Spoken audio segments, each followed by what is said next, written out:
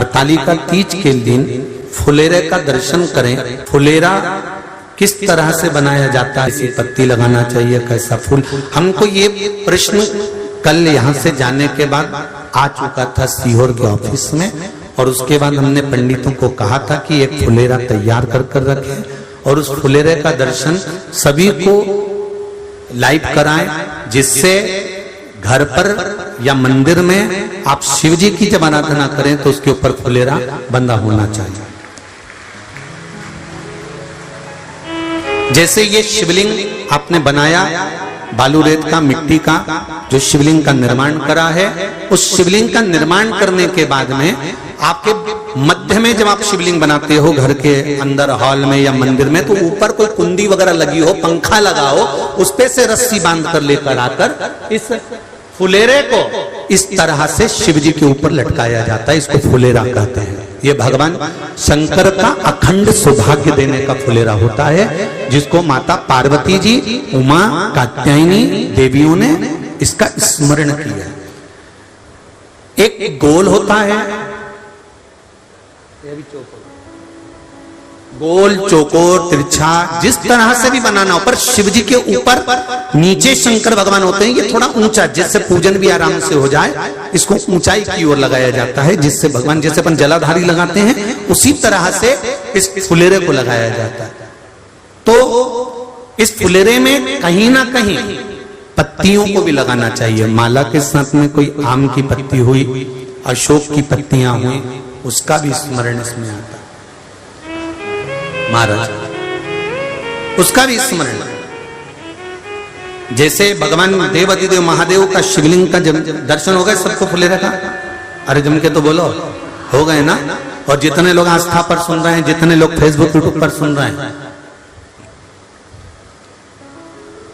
अगर आपके स्मरण में फुलेरा नहीं हो तो उसका दर्शन अवश्य करिएगा। शिव मंदिर में अगर जलाधारी भी लगी हुई है तो जलाधारी से फूल बांधकर नीचे की ओर लटकाना चाहिए, पर लटकाना चाहिए, फुलेरा बनाना चाहिए।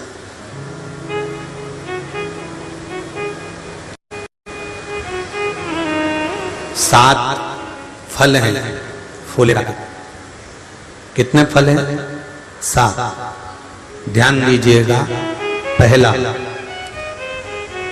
फुलेरा जो नारी व्रत करती आती है और व्रत कर्म उसका चलता रहता है, उस व्रत कर्म के अंतर्गत मान लो किसी कारणवश बीमारी में, कोई गमी के अंतर, कोई सूतक सावड़ के अंतर्गत अगर नारी पूजन नहीं कर पाती है, पूजन नहीं कर पाई और उसने केवल फुलेरे का दर्शन ही कर लिया, अपने पलंग पर पड़ी पड़ी भी फुलेरे का दर्शन कर लिया है, तो नारी को हरतालिका तीज के व्रत का फल प्राप्त हो जाता है।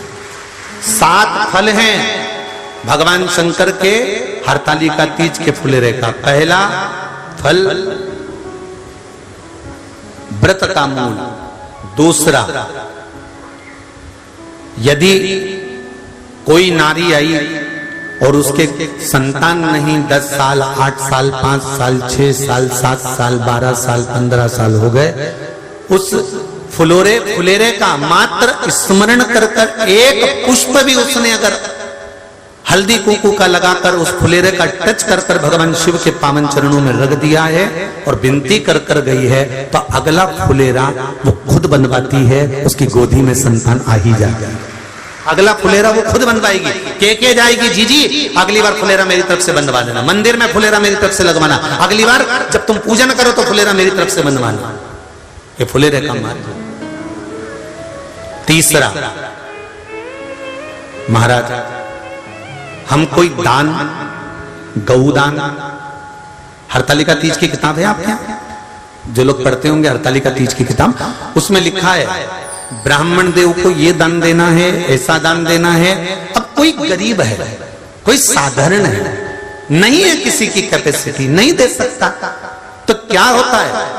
तो कहा हम गौदान नहीं कर पाते, हम स्वर्ण दान नहीं कर पाते, हम वस्त्र दान नहीं कर पाते, हम मुद्रा दान नहीं कर पाते, हम अन्नदान नहीं कर पाते, हम ये सारे दान अगर नहीं भी कर पाते हैं तो शिव महापुराण की कथा कहती है तीसरा फल फुलेरे का है कि मात्र फुलेरे का दर्शन स्पर्श कर लेने से सारे दानों का पुण्य फल प्राप्त हो जाता है। यह तीसरा फल फुलेरे।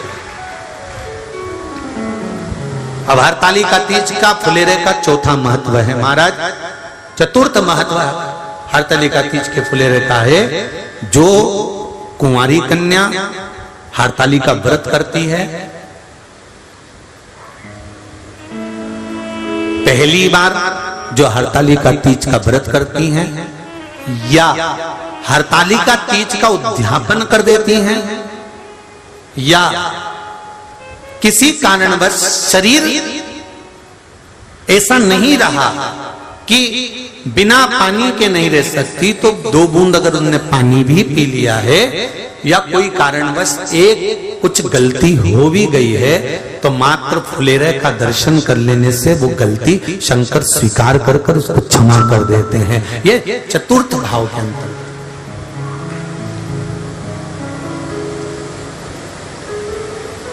फुलेरे का अगला वर्णन करा गया महाराज शिव तत्व की ओर, शंकर भगवान की ओर। हम ना काशी जा सकते हैं, हम ना सोमनाथ जा सकते हैं, हम ना किसी स्थान पर जाकर एकांत में भगवान शंकर का स्मरण कर सकते हैं।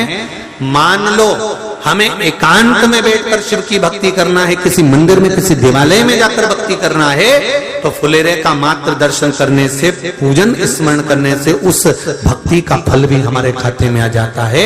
और फिर अगला आखिरी का जो वर्णन किया गया है वो कहा गया कि पार्वती मैया गुफा में जाकर भगवान का भजन करती थी, शिव का स्मरण करती थी और फिर अपनी सहेलियों के साथ बैठकर शंकर का स्मरण करा, जिसका फल पार्वती को मिला। तो कहा हम ना किसी गुफा में प्रवेश कर सकते हैं, ना हम किसी गुफा में या जंगल में जा सकते हैं। इस फुलेरे के नीचे शंकर भगवान की जब अर्चना करते हैं, आराधना करते हैं, हरतालिका तीज के दिन फुलेरे के नीचे हम भगवान शिव की पूजन करते हैं, तो हमारा वन में किया गया भजन का फल ही हमको प्राप्त हो जाता है। ऐसे फुलेरे का हरतालिका तीज का पूजन व्रत कुंवारी कन्या कर सकती है, शादी होने के बाद भी नारी कर सकती है। अंतिम अवस्था तक प्राण छूटे तब तक हरतालिका तीज का व्रत नहीं छोड़ना चाहिए। एक व्रत हमेशा याद रखो, एक एकादशी और एक हरतालिका। हाँ इतना जरूर है, ज्यादा शरीर बेकार हो गया, बुढ़ापा आ गया, शरीर नहीं साथ दे रहा, तो कुछ फल खा लो, कुछ चाय दूध जूस आप लेकर कर लो। इतना भी नहीं बने, शरीर बहुत ही बेकार हो गया, तो आप एक समय फल का फलहार धारण कर लो, ठीक है। पर हरतालिका व्रत करने वाली माताएं भले उद्यापन कर दे तो उस व्रत को थोड़ा हल्का कर लो। उद्यापन करा मतलब तुमने व्रत को हल्का कर लिया, थोड़ा हल्का कर सकते। हरतालिका तीज का जो व्रत का उद्यापन करते हैं उसमें 5 चीज रखते हैं ना, 5 कपड़े स्त्री के, 5 कपड़े पुरुष के, 5 तरह का अनाज, 5 तरह का फलहार, 5 तरह का फल।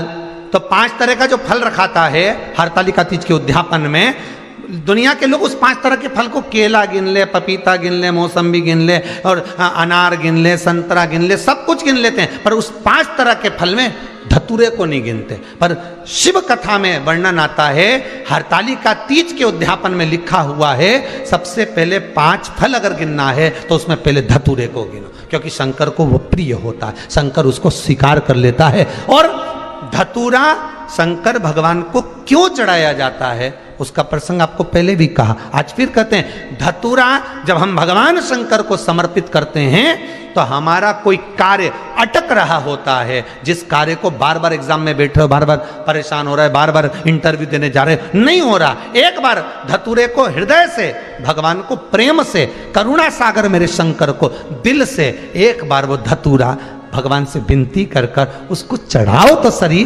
भगवान तुम्हारा कार्य सफल कर देगा। पर दिल से चढ़ाना, हृदय। हरतालिका तीज की पूजन करने वाले को चाहिए कि बालू का, मिट्टी का शिवलिंग बनाना चाहिए। फुलेरा जो बनाया गया है ऊपर शंकर जी के ऊपर लटकाने के लिए, टांगने के लिए उसके नीचे शिव, पार्वती, गणेश जी की सुंदर बालू की मूर्ति बना लेना चाहिए, पार्थिव लिंग का निर्माण कर लेना चाहिए, शिव की आराधना करना चाहिए, जो फल आपके पास में हो शंकर को समर्पित करना चाहिए, पूजन करना चाहिए, आराधना करो। सबसे पहली पूजन हरतालिका तीज की प्रदोष काल के अंतर्गत हो जाना चाहिए, शाम के समय पर। प्रयास करो प्रदोष काल के समय पर पहली पूजन हो जाए तो ज़्यादा अच्छा। पर लोगों की आदत रहती है कि 8 बजे तक, 8:30 बजे तक, 9 बजे तक पहली पूजन करें, फिर दूसरी आराम से, फिर तीसरी, फिर आराम से, फिर चौथी। तो ऐसा सब अपने अपने हिसाब से। पर शास्त्र रीति कहती है कि प्रदोष का जो समय होता है, प्रदोष काल जो होता है, शाम का जो समय होता है, उस समय पर हरतालिका तीज की पहली पूजन हो, जिससे आपका स्मरण चित्त शंकर भगवान में उस घड़ी, उस पल, उस क्षण में आप शिव के हो जाएं और शंकर आपका हो जाए। हाँ, अगर किसी के आने में देरी हो, कोई आ नहीं पा रहा है, बहुत देरी हो रही हो, तो हरतालिका पूजन व्रत वर्णन करता है कि शिवलिंग का निर्माण, पार्वती जी की मूर्ति का निर्माण, गणेश जी का निर्माण और फुलेरा जो बनाया हुआ है, ये प्रदोष काल के पहले बनकर तैयार हो जाना चाहिए। प्रदोष काल के अंतर्गत फुलेरा नहीं बनना, फुलेरा पहले बन जाना चाहिए। और बहुत विशेष बात ध्यान रखिए हरतालिका तीज की, कि शंकर जी का जो आपने स्वरूप बनाया है, पाटे में, थाली में, चौकी पर, चौरंग पर जो स्वरूप बनाया है, वो पहले नहीं रखना है। पहले क्या बांधना है? फुलेरा। पहले फुलेरा बांधिए, उसके बाद उसके नीचे शंकर जी को रखिए। कई अब जो हरतालिका तीज का पूजन करते हैं तो उनके लिए हो गया, अब दूसरे के लिए भी सुन ले।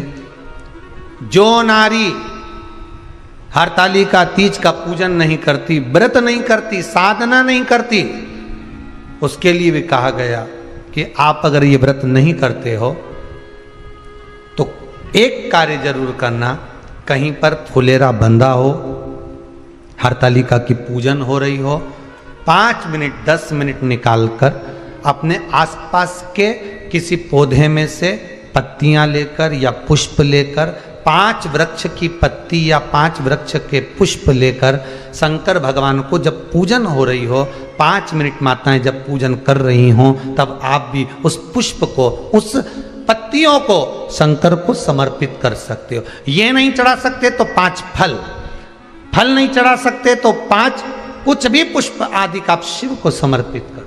पर क्यों चढ़ाया जाता है, किस लिए चढ़ाना चाहिए? तो कहा कन्या स्त्री अगर मान लो हरतालिका का व्रत नहीं करती, पूजन नहीं करती, आराधना नहीं करती, तो वो कन्या, वो नारी, वो स्त्री, वो पुरुष कार्य तो बहुत करेगा, दुकान भी 4 चलाएगा, व्यापार भी बढ़ाएगा, पर संपदा को जोड़ नहीं पाएगा। 1 रुपये कमाएगा, 1.25 रुपये खर्च वाला काम चलेगा। हस्त नक्षत्र में जो तृतीया पड़ती है, हस्त नक्षत्र के अंतर्गत जो तृतीया का महत्व कहा गया है, वो संपदा को बढ़ाती है, मनोकामना को पूर्ण करती है। इस नक्षत्र के अंतर्गत जो तृतीया आती है, वो मनोकामना को पूर्ण कर कर चली जाती है। इसलिए शिव की आराधना के लिए प्रथम माने। हस्त नक्षत्र में किया गया दान, हस्त नक्षत्र के अंतर्गत तृतीया के दिन किया गया पुण्य, हस्त नक्षत्र में तृतीया के दिन किया गया श्रृंगार, हस्त नक्षत्र में तृतीया के दिन करा गया अपना सुंदर सिंदूरा, भगवान का आनंद, 5 तरह के वस्त्र, 5 तरह के स्त्री के वस्त्र, पुरुष के वस्त्र, 5 तरह का फल, 5 तरह का अनाज, ब्राह्मण को बुलाकर ब्राह्मणी के साथ आप या तो ब्राह्मण से उद्यापन करवाएं या फिर आप स्वयं भी करते हैं तो शिव को समर्पित करके ब्राह्मण और ब्राह्मणी को भोजन कराकर वो भाग प्रदान करें। यही हरतालिका तीज के उद्यापन का वर्णन आता है। सुंदर भाव से हरतालिका माता आप सभी की मनोकामना पूर्ण करे। हर हर महादेव।